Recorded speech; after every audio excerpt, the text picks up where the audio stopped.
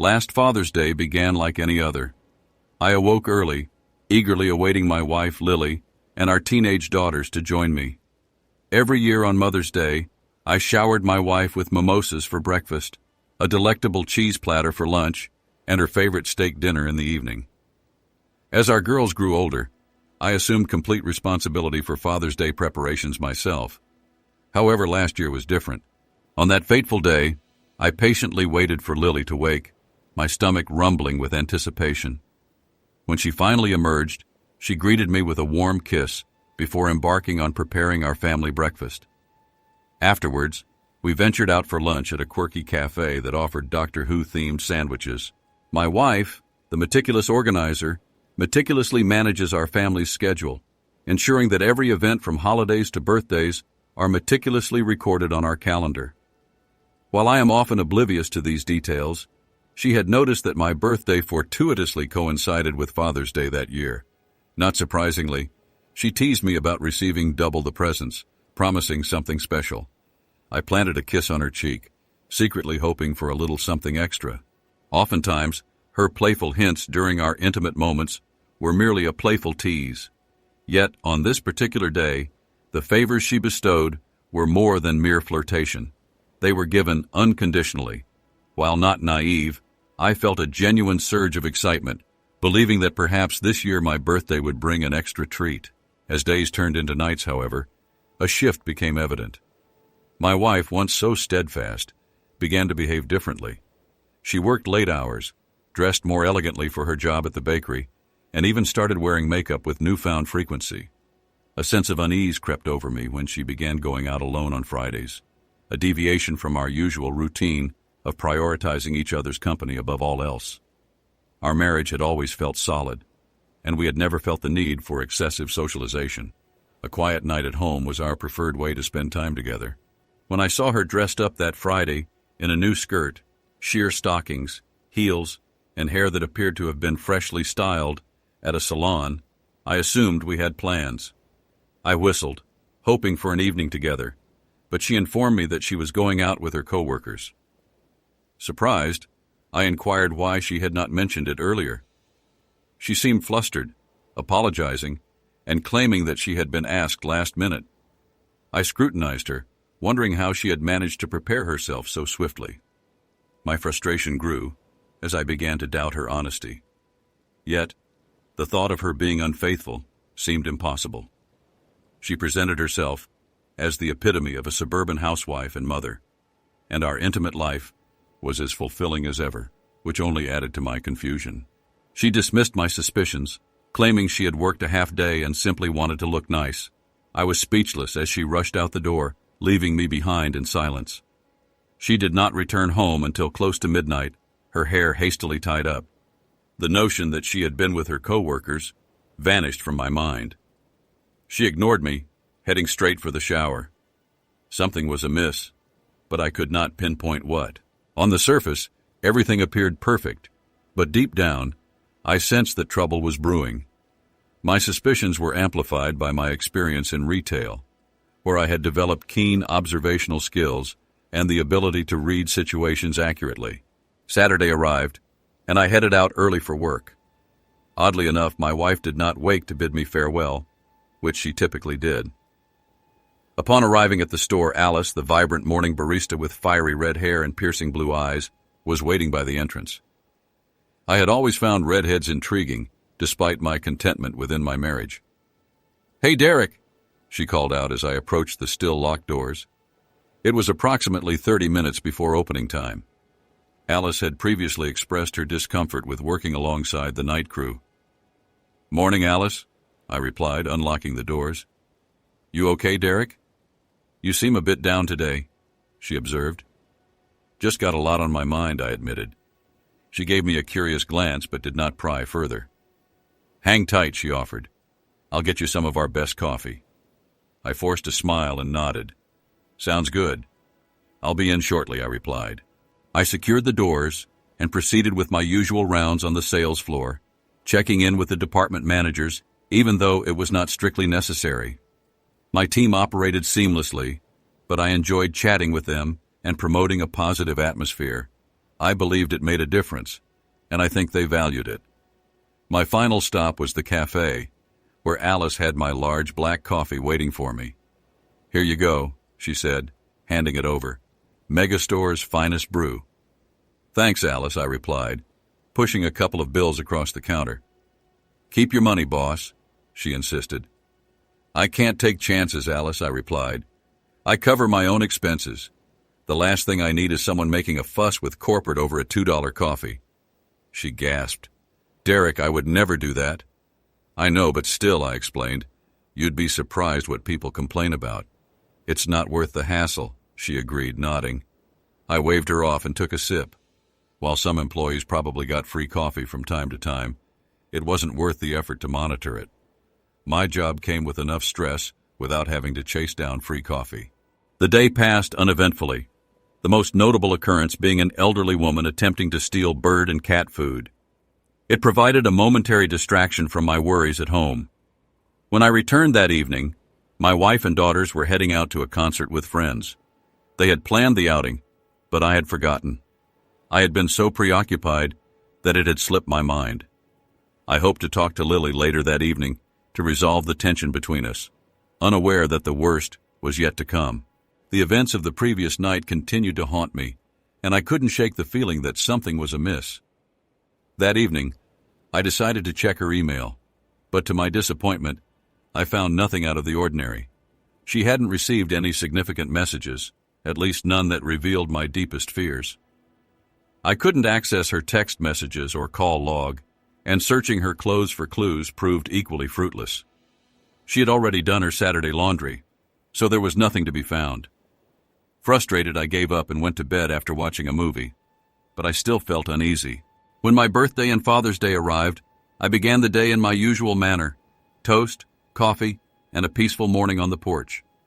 The birds chirped merrily, and I couldn't help but wonder what the day had in store for me. Around 9 a.m., I went back inside to refill my coffee and noticed that my wife and daughters were up and busy packing lunches. Surprised by their early activity, I inquired what was happening. My oldest daughter, Taylor, casually mentioned that they were heading to the beach. This caught me off guard, especially since I realized they hadn't forgotten my birthday this time, unlike how I often had to remind them of important dates. I was puzzled. My wife, Lily, didn't seem to have anything special planned either. Just then my phone rang. I hoped it was them calling to say they had changed their minds, but it was my mother instead. "Hey Derek, happy birthday and happy Father's Day," she said cheerfully. "Thanks, Mom," I replied. "Looks like Lily has some big plans for you guys today," she added. "Nope. She just took the girls to the beach," I told her. "Really? That's not like her.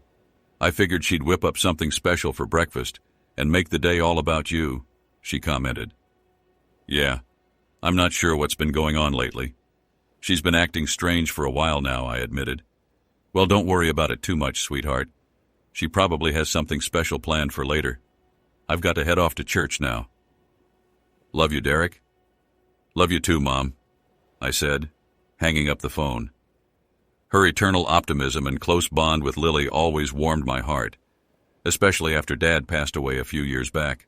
As I stood there contemplating my marriage, my phone rang again. This time it was my assistant.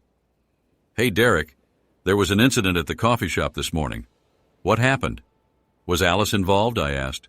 "Yeah. Unfortunately, a customer shoved her on the stairs, and she lost her balance. It looks like she might have a broken arm. They took her to St. Alex's for x-rays." "Oh no, poor girl. Do you need me to come in and cover her shift?" I asked. "No, everything's under control. I just wanted to give you a heads up for tomorrow. Sorry for bothering you on Father's Day. Don't worry about it." "Thanks for letting me know," I replied. I felt bad for Alice, but figured they wouldn't be back in time to cover the shift. With no one home, I headed to IHOP for breakfast. The place was packed with families celebrating Father's Day, and I began to feel overwhelmed, like I didn't belong there. I left before I could get too emotional and ended up at McDonald's instead. Sitting in the park with my coffee and orange juice, I reminisced about the boating trips I used to take with my daughters when they were younger. Now that they were getting ready for college, they seemed more distant, spending more time with their mother. Maybe it was for the best, I told myself. The day was slipping away, and I doubted there would be any special dinner planned. I grabbed a Reuben at the Doctor Who-themed cafe, where a Facebook post from my mother-in-law surprised me. She commented about their beach trip, which meant my wife had been posting photos of their day. Feeling down, I made my way to a sports bar, but I couldn't shake the sadness, so I left and went to a cigar lounge instead. There I splurged on an Opus X and settled in to watch the game. A couple of older guys invited me to join them in a card game. "I'm Derek," I introduced myself. "I'm Lenny, and this here is my brother," one of them replied. We shook hands, and they welcomed me into their game of 5-card draw. "Grab yourself a drink, Derek," Lenny said, gesturing to a cooler on the floor. I thanked him and grabbed a Miller Lite. "So, no kids today, or did the ex take them off with her new guy?" Noah joked, smirking. I frowned. "No, my wife and daughters are at the beach. Seems like they've forgotten what day it is." "Tough break," Lenny chimed in. "I hardly see my boys anymore. Both of them are in the service." Em nodded. "My daughter's out in California, and my grandson Charlie just turned 2. I'm heading out there next week." "That sounds great," I replied. As my girls hit 17 and 18, I found myself missing when they were little. They nodded, understanding the sentiment. The conversation eventually circled back to my wife. "Do you think she really forgot your birthday? Or is she just avoiding you?" Noah asked, voicing the question that had been gnawing at me. I recounted the strange things that had been happening lately, especially Friday night. They both shook their heads. "She's cheating on you," Lenny said bluntly. Em nodded in agreement. I didn't want to believe it, but deep down, it made sense. "I don't know," I muttered, struggling to process what they were telling me. "Listen, Derek," Lenny began, sharing his own story. "I've been where you are. The late nights out, dressing up all fancy, the disrespect. It all adds up. The financial hit was bad enough, but the emotional toll was unbearable. It wasn't worth it, trust me. If you really love her, think about forgiveness. Guys our age don't get many second chances at love." I thanked Elle for his advice, even though I thought he was crazy. The idea of forgiving her seemed impossible. I shook their hands, said goodbye, and left the lounge. Later, as I scrolled through Facebook on the couch, I saw more photos of my wife and daughter smiling and having fun at the beach. It crushed me. Enough was enough. It was time to face reality. My wife had forgotten my birthday and Father's Day, but more importantly, I was sure now that she'd cheated. The signs were all there, and I couldn't ignore them anymore. Determined to move forward, I got ready for the night, deciding to treat myself to dinner at my favorite restaurant, even if it meant a long wait. I didn't care. I headed out for dinner, craving a good steak. Sitting at the bar while waiting for my table, an older man took the seat next to me. He glanced at the champagne bottle sitting in front of me and frowned slightly but said nothing, ordering himself a beer instead. As the bartender topped off my glass, the man couldn't resist asking, "Celebrating alone, or did someone else bail on you?"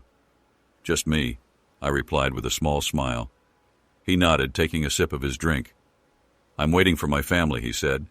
3 generations strong, though my daughter broke her arm earlier today, he added with a chuckle, clearly amused by the idea of grown kids still managing to get hurt. I nodded, appreciating the humor.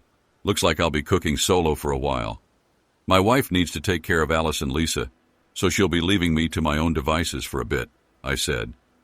Before I could say more, a little girl came running across the crowded bar, yelling "Grandpa," and showering the man with hugs and kisses. A moment later, I heard my name. Alice and her mom were walking toward me. The resemblance between them was uncanny. "Hey, Alice, how's your arm?" I asked, concerned. "Not too bad, thanks. The painkillers are working, but when it happened, it was pretty rough," she replied. Alice introduced me to her parents, Carl and Matilda, and their daughter, Lisa. "Where's your wife, Derek?" Matilda asked. "I'm not sure," I said. "She took the girls to the beach this morning, and I haven't heard from them all day." On Father's Day and your birthday? No less. That's terrible, Matilda exclaimed. What's going on with her? I didn't want to get into it, so I shrugged it off. Forget about her, Matilda insisted. You're joining us. Carl, clearly sensing where this conversation was headed, gave me a knowing smile. You don't want them ganging up on you, Derek, he said with a chuckle, clearly familiar with how these situations go. Thanks, but it's your day. I don't want to intrude, I protested. Nonsense, Carl replied. This is our day, Derek. Grandpa's day. Their table's buzzer went off, and Carl tossed a $20 bill on the counter before leaving. We'll see you at our table, he insisted. Sorry about that, Derek. My parents can be pretty stubborn, Alice apologized. Don't worry about it, Alice. Eating alone would be worse, I assured her. Dinner was lighthearted, filled with stories about our kids. Lisa giggled at the stories about her mom's antics as a child. My phone rang during dinner, but I ignored it, leaving it on the table. Your wife? Matilda asked, looking curious. Yeah, I admitted. It's complicated. Maybe you can find a way to forgive her, Matilda suggested, glancing at Carl. I waved for the check, grateful for their company, and treated them to dinner. As I signed the receipt, I thought about the advice I'd been hearing all day. Despite not having solid proof of my wife's infidelity, I couldn't shake the feeling that something was seriously wrong. I ignored the phone as it continued to ring. When I got home, my daughters greeted me with hugs and apologies for forgetting Father's Day. Girls, it's okay, I told them. I don't expect you to remember everything. Suddenly, Taylor's face changed. Wait, it's your birthday today? She ran inside, yelling for her mom. Daddy, we didn't know. We're so sorry. You must hate us, Taylor cried. No, sweetheart. I love you girls more than anything. You didn't know. It's fine, I assured her, hiding my anger toward Lily. This wasn't my daughter's fault. It was between me and their mom. I went upstairs to change, leaving the commotion behind. When I came back, I found Lily crying by herself. I'm sorry, she whispered. But I shook my head and stepped out onto the deck with a beer and a cigar. The peaceful evening felt like a mockery of the turmoil in my mind. Lily came outside a few moments later. Derek, she started, but I cut her off, my anger boiling over. What's his name? I demanded. She didn't answer, and that silence was all I needed to know. At that moment, I realized I was headed for divorce. Marrying her had been a mistake, and now, nearly 20 years later, it was all coming to a bitter end. The worst part was wondering how long she'd been unfaithful. Was this her first time? Did I even know this guy? Were my daughters really mine? It's shocking how dark your thoughts can turn when someone betrays you. I decided right then that I would request a paternity test for the girls, not just for peace of mind, but to embarrass Lily in the process. That night, I stayed up late researching divorce laws online before finally falling asleep on the couch, alone on my birthday. At 5 a.m., I woke up. Lily was asleep in her bed, curled up around her pillow, looking peaceful. I hated to admit it, but she was still beautiful. But she wasn't mine anymore. After a quick shower, I left the house without waking her. In the hallway, Taylor was waiting for me. How bad is it, Dad? She asked. As bad as it gets. I sighed. Can you forgive her? It was just one day, one mistake, she pleaded. Honey, it's more than just forgetting my birthday and Father's Day. She cheated on me, I said, my voice heavy with pain. No, Dad, she wouldn't do that. There has to be a reason. Maybe something pushed her to it, but I know she wouldn't, Taylor insisted. Think about it, Taylor. She's been acting strange for weeks. Friday night, she got all dressed up and went out looking amazing. But not for me. That wasn't for me, I said, my voice bitter. Taylor stayed quiet, thinking. She avoided me all weekend. Taylor, she felt guilty or resentful, maybe both. When has she ever taken you and your sister to the beach without me? That's always been a family thing. Taylor looked down. What if it's not an affair? What if it was just a one-time thing? Can't you forgive her? I doubt it was just one mistake, Taylor. And besides, has she shown me any love this weekend? When she went out with someone else, she left me behind. That's not love. That's selfishness, I explained. Tears welled up in her eyes, and she hugged me tightly. Please don't divorce her, she begged. I have to head to work, honey. We'll talk more later, I said, watching her retreat into her sister's room. The rest of the day felt like a blur. Alice came in, and I helped her with some paperwork related to her accident. She was struggling to fill out the forms with her left hand, so I guided her through it. How are things at home, Alice? She asked, looking concerned. Not good, I admitted. She didn't even deny it when I confronted her. Damn, Derek, I'm so sorry, Alice said sympathetically. Thanks, Alice. I don't really want to talk about it, though, I murmured. Alice nodded, understanding. I get it. My ex cheated on me when I was pregnant, and I kicked him out before the baby was born. My mom wasn't happy about it and called me disposable. That's rough, I said. It surprised me when your mom suggested I forgive my wife last night. Yeah, I noticed that too. It makes me wonder if something happened between my parents when I was younger, she admitted.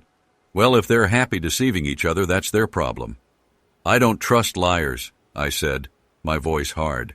When I got home, Lily wasn't there. I figured she was with him. Furious, I drove to her grocery store, where I found her car parked in the back lot. I didn't even get out when I saw her with a young guy, probably in his early 20s. She noticed me and yelled something, but I drove off. If she was cheating, he could have her. I packed my bags that night and moved into a hotel. Wendy and Taylor begged me to stay, but I couldn't. Your mom's been cheating on me, I told them. I saw her with a man today. There must be a mistake, Dad, Wendy insisted. There's no mistake. I saw it with my own eyes, I replied. Please don't break up our family, she sobbed. Your mom did that, honey, not me. I love you both, and I'll be in touch every day, I reassured them, leaving them in tears as I drove away. Lily nearly hit me as she sped out of the driveway, but I didn't care. The following week was tormenting. Lily bombarded me with calls and messages, begging for another chance. Her family tried to get me to talk to her, but I ignored them all. I wasn't going to play their games. Even my daughters tried to convince me to forgive her, but I couldn't. Eventually, I met with a lawyer. I was willing to split the house equally, even though I could have claimed more since I paid for most of it. Surprisingly, I didn't have to pay alimony. Lily could support herself. The only downside was not having concrete proof of the affair, which could weaken my case. But I was ready to take my chances. Lily tried to rally her family against me, insisting she'd only cheated once, on that Friday before my birthday. It was surreal. Even my daughters started to turn on me, until I lied, telling them a DNA test was court-ordered. That shut things down fast.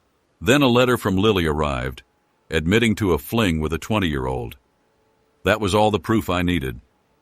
Finally, the divorce proceedings went my way.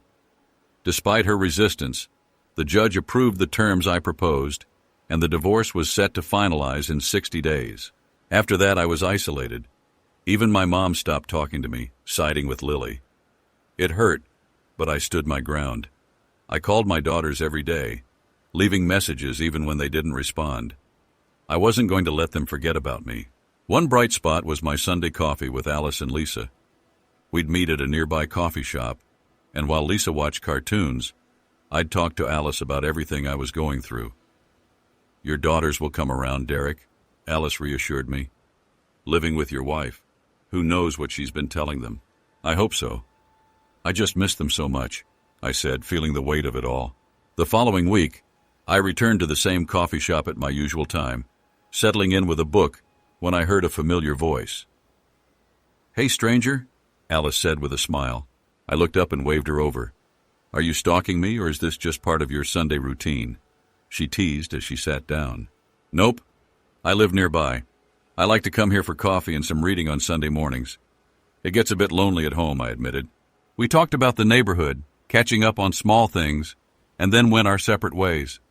It wasn't planned, but meeting for coffee every Sunday became a habit, and I found that I enjoyed her company.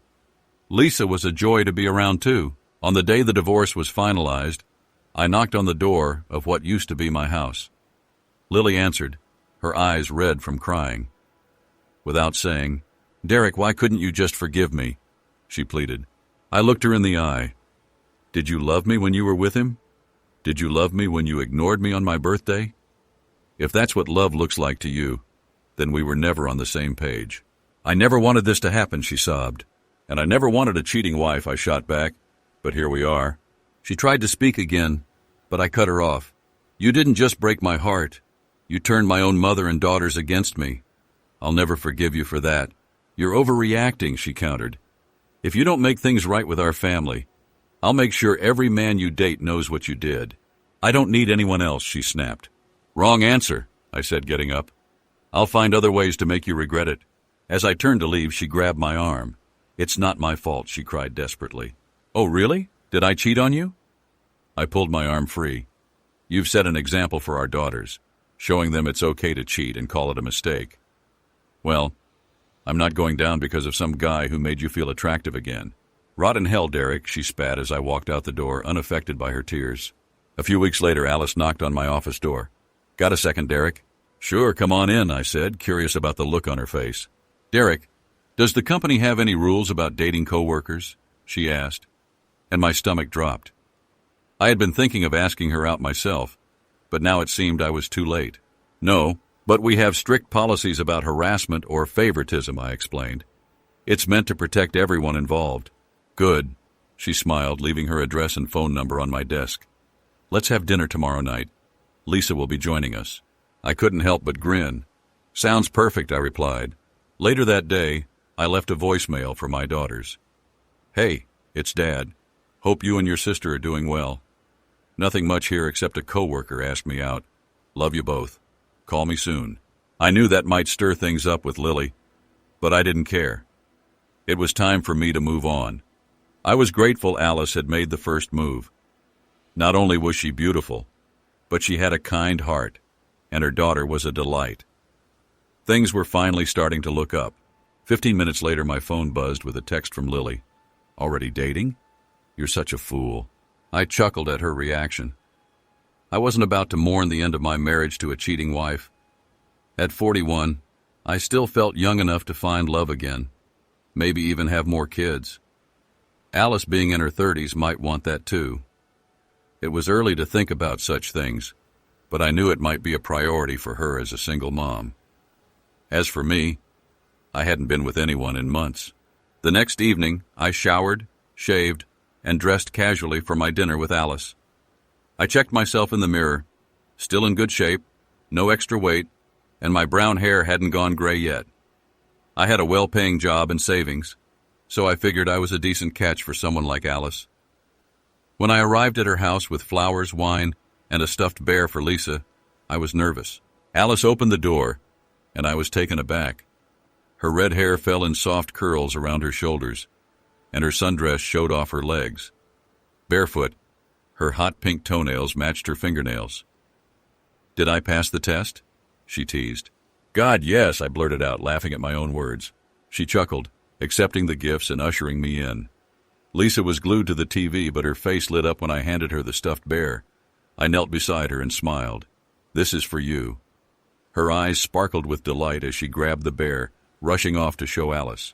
Watching Lisa, I couldn't help but think of Taylor and Wendy at her age. It made me miss them more than ever. Alice noticed my expression. What's wrong? I forced a smile. Just thinking about my girls when they were this little. Is it really that bad? She asked. They still won't talk to me, I admitted. Lily turned them against me. I leave messages every day, and I won't stop trying, but I can't change their minds. I'm sorry, Derek. That's got to be tough, she said sympathetically. But I'm sure they listen to your messages. I hope so. I mentioned our dinner tonight, and Lily texted me, calling me a fool for moving on so quickly, I said, shaking my head. Alice bit her lip. Am I moving too fast? She asked, looking slightly embarrassed. Maybe, I admitted, but I'm happy to find out. She smiled and took my hand. Dinner's ready. I hope you like pasta with meat sauce. Sounds great, I said, feeling more relaxed. Oh, and I have garlic bread too, so get ready for us to make out on the couch later, she teased, making me laugh. After dinner, as we settled in with wine, Alice leaned into me. Being a mom is the best part of my day, but moments like these are special too, she said softly. I wrapped an arm around her, and she nestled closer. "It's even busier with 2 kids," I said, thinking of my daughters. "Do you think they'll come around?" she asked. "I hope so," I replied, feeling the weight of the situation. She kissed me on the cheek and sat down her glass. "Derek, I've been clear that I really like you. I'm not playing games. I want to keep seeing you, and I want this to be serious. I'm not looking for flings." I opened my mouth to respond, but she held up a hand. "I know you want to be a gentleman, but you don't have to. I need something real, and my daughter needs a father figure. That's what I'm offering." "Wow," I said, impressed by her honesty. Alice smiled and took my hand. "So, what do you say?" I hesitated, then nodded. "I'm a family man, always have been. I'm not interested in dating. If my wife hadn't cheated, I'd still be married. But I like where this is going." She grinned and kissed me softly. "Good, because I like you too." That night, we didn't rush into anything. We both wanted to take it slow and respect each other's feelings. Soon after, fate handed me a strange gift.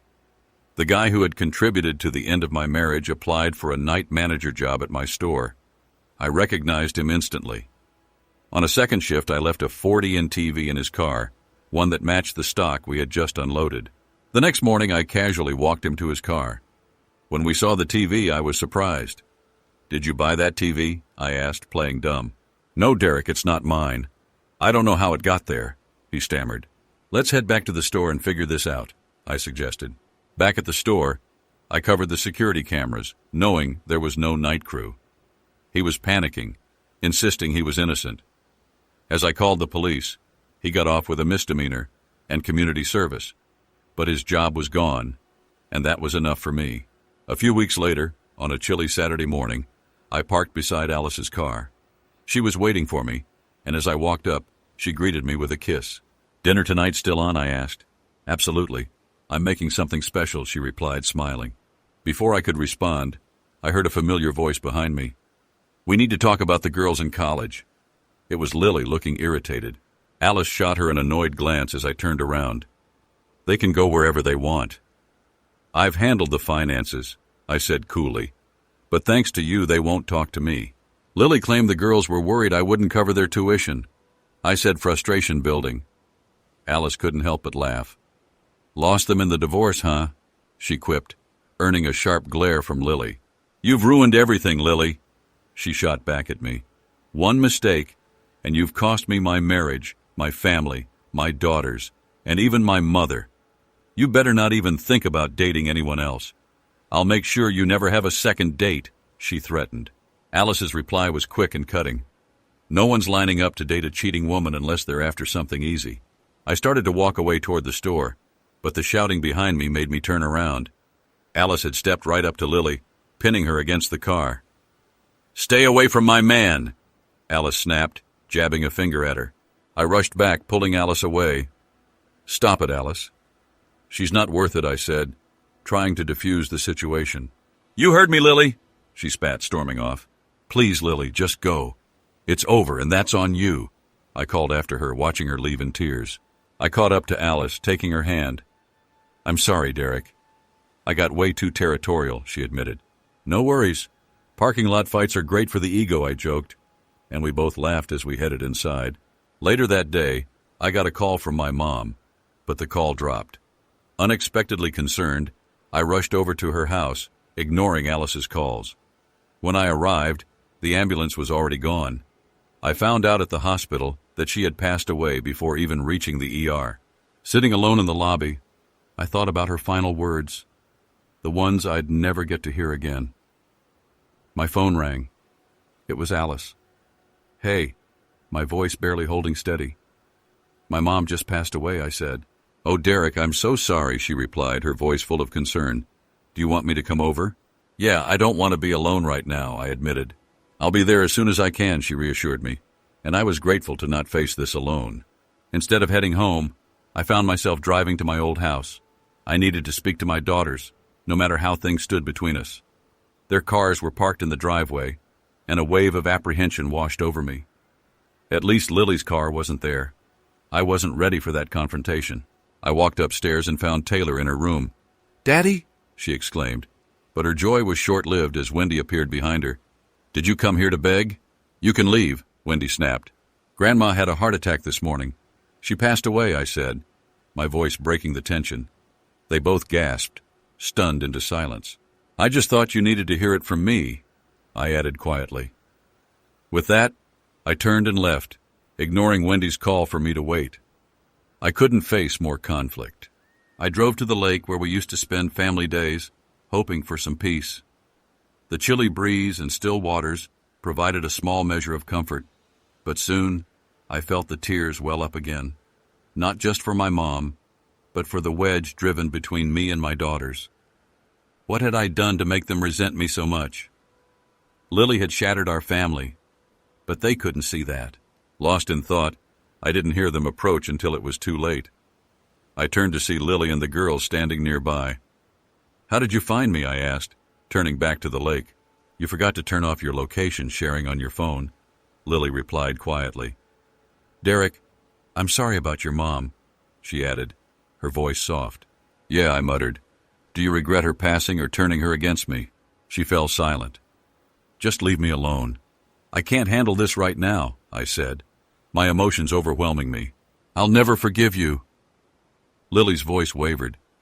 "The last time we spoke, she said she wouldn't talk to me until I begged you to stop the divorce. She didn't even say she loved me before hanging up."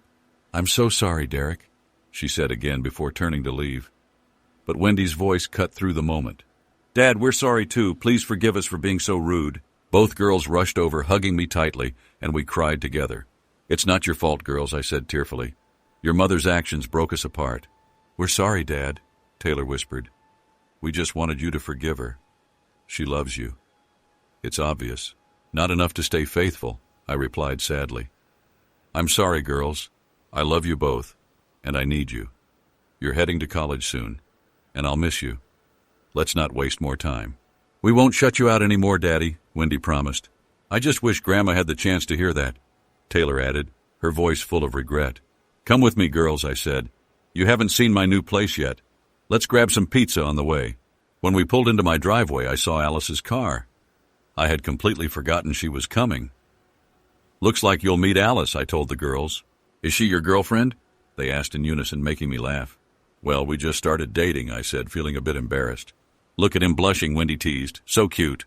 They jumped out of the car and rushed over to Alice, bombarding her with questions. "Girls, give her a break. Help her inside and I'll introduce you properly," I called after them, shaking my head as I approached. Alice smiled warmly, opening her arms for a hug. "Your daughters?" she asked, grinning. I nodded. "Come on, let's do this right." I introduced Alice to the girls, and after a few cheeky comments from Wendy and Taylor, we all started laughing. "Let's do a quick tour of the house," I suggested. "Then I need to make arrangements for my mom's services." "I'll order pizza while you show them around," Alice offered, smiling as if she could read my mind. After dinner, we sat around sharing stories about my mom. My daughters even shared a few embarrassing stories about me, much to Alice's amusement. Hours flew by, and before we knew it, it was past 10 p.m. "Girls, it's getting late," I remarked. "I don't have beds for the guest rooms yet." "Can we stay tonight?" Taylor asked hopefully. "I'll tell you what. I'll pick you up tomorrow, and we'll have breakfast together," I suggested. "Can we help sort through Grandma's things too?" Taylor offered. "Thank you, honey," I said, touched by her offer. "Alice, would you like to join us? Or do you need to go home to Lisa?"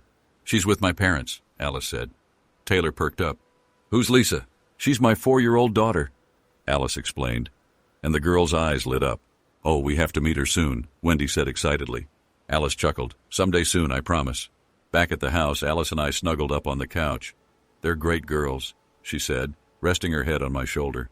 "I'm glad you're reconnecting with them." "I am too," I sighed. "I just wish it didn't take my mom's passing to bring us back together."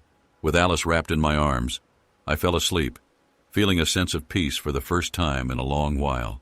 The next morning I woke up with Alice still nestled against me under a blanket. I kissed her forehead gently, apologizing for falling asleep. She stirred and stretched. "It's okay, baby. You've been through a lot." "Would you like to join us for breakfast today?" I asked. "Only if I can bring Lisa," she said with a smile. "My parents have plans this morning. Of course, my daughters would love to meet her." Later, I met my daughters at IHOP.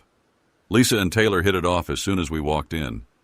My girls rushed over, greeting Lisa with hugs and twirling her around.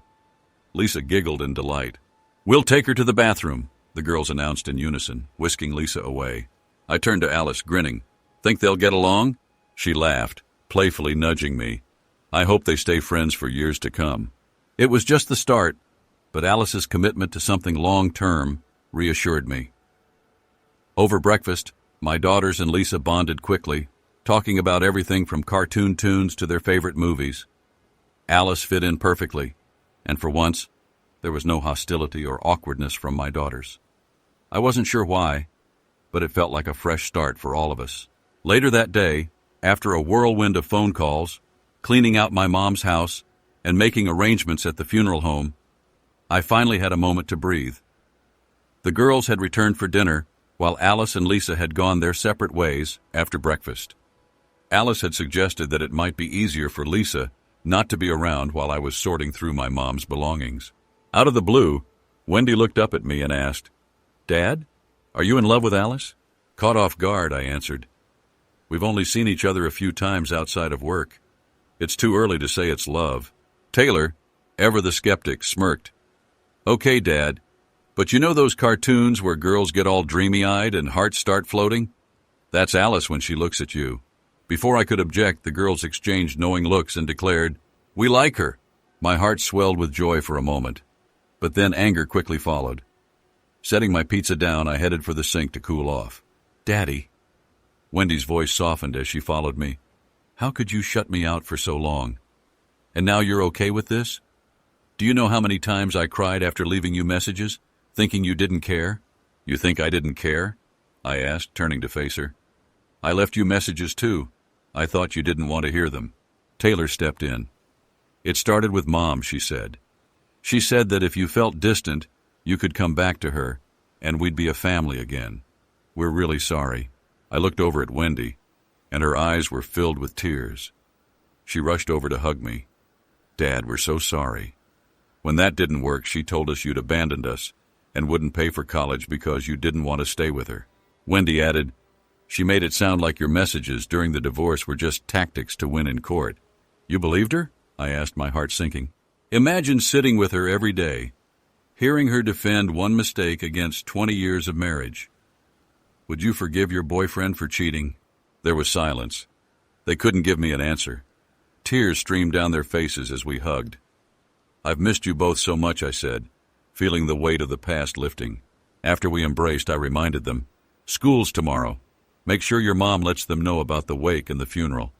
You'll need some time off." One final hug, and I watched them drive off, feeling a warmth I hadn't felt in a long time. I looked up at the sky and whispered, "Mom, I didn't need you to leave to bring my girls back. But thank you. I'll miss you." Wakes have always been tough for me. Something about being near a body never sat right with me. My mom's wake was even harder. As I approached the casket and saw her peaceful face, I found some solace knowing she'd be with my father now. She'd planned everything meticulously, even down to the choice of casket. It was a relief knowing she had everything arranged. As I chatted with one of her old friends, Lily and my daughters arrived. The girls gave me tearful hugs, while Lily stood to the side respectfully, keeping her distance. After the prayer, I noticed Lily place something in the casket before sitting in the back of the room. I walked over and saw it was a photo of me, Lily, and my mom, all holding our babies, smiling like we didn't have a care in the world. Touched, I picked up the photo and placed it near my mom's hands, tears welling up as I did. During the service, Lily stayed in the back quietly, chatting with a few family members. Despite everything, it was clear she still held a place in their hearts. The standard rule was for immediate family to sit in the front, but it didn't feel right seeing her sit alone at the back with tears in her eyes. I knew my mom wouldn't have wanted it that way. Walking over, I invited her to join us. "Come here, Lily." "No need to hide," I said gently. She hugged me, whispering a quiet thank you before joining us in the front. My uncle offered her a seat, and even Alice gave her a small nod of approval. Holding Alice's hand while my ex-wife sat nearby was surreal, but I hoped it wouldn't stir up any trouble. As the last visitors left, Lily thanked me for allowing her to be part of the family again. She offered to share the limo ride, but Alice's hand on my waist reassured me there wouldn't be any tension. As Lily departed, Alice wrapped her arms around me in the kitchen, offering me a cold beer. "I think everything went well with Lily today," she said softly. "Yeah," I agreed, taking a sip. "I'm glad she didn't cause any trouble. I half expected her to." Alice smiled. "The girls probably helped with that. Everything will be fine after tomorrow." "I hope so," I said, though I couldn't shake the paranoia that Lily and Alice might clash again in the future. "Will you stay over tonight?" She squeezed my hand. "You couldn't kick me out if you tried." We didn't make love that night, but having her there brought me the best sleep I'd had since the divorce. At the funeral, Lily's voice broke through my thoughts as we waited for the service to begin. "I'm keeping a close eye on myself. I won't misuse your kindness by starting a fight," she said quietly. "I know," I lied, but deep down, I still felt uneasy. "How do you think I feel?" she replied with a wry smile. "I'm the outcast here, a disgrace." "No one sees you that way, Lily, especially not today," I reassured her, though I knew it wasn't entirely true. "I'm sorry, Derek. I wish I could undo it all," she whispered, tears in her eyes, before rushing off to the bathroom. Ava, one of my mom's old friends, patted my shoulder gently. "Your mom was wonderful, Derek. We're all going to miss her." After the funeral, we gathered at a small Norwegian restaurant my mom loved. I noticed Lily looking uncomfortable, unsure of where to sit. Taking her hand, I led her to the table where Alice and the girls were seated. "Lily, you'll always be family. Despite the divorce, you're welcome to sit with us," I said softly. A single tear rolled down her cheek as she thanked me. In that moment, I realized I'd finally let go of the bitterness I'd held on to for so long. Life moved on after that. The girls started Skyping with me weekly once they were away at college. Alice and I were growing stronger, and I was even thinking about proposing soon. Lily and I didn't talk much, but when we did, it was always friendly. She was seeing someone, a nice guy, a single dad her age. I wish them the best. Some people might say I should have forgiven her for her mistake, but I couldn't. Maybe that made me the villain in some people's eyes, but I was at peace with it. I was at peace with myself.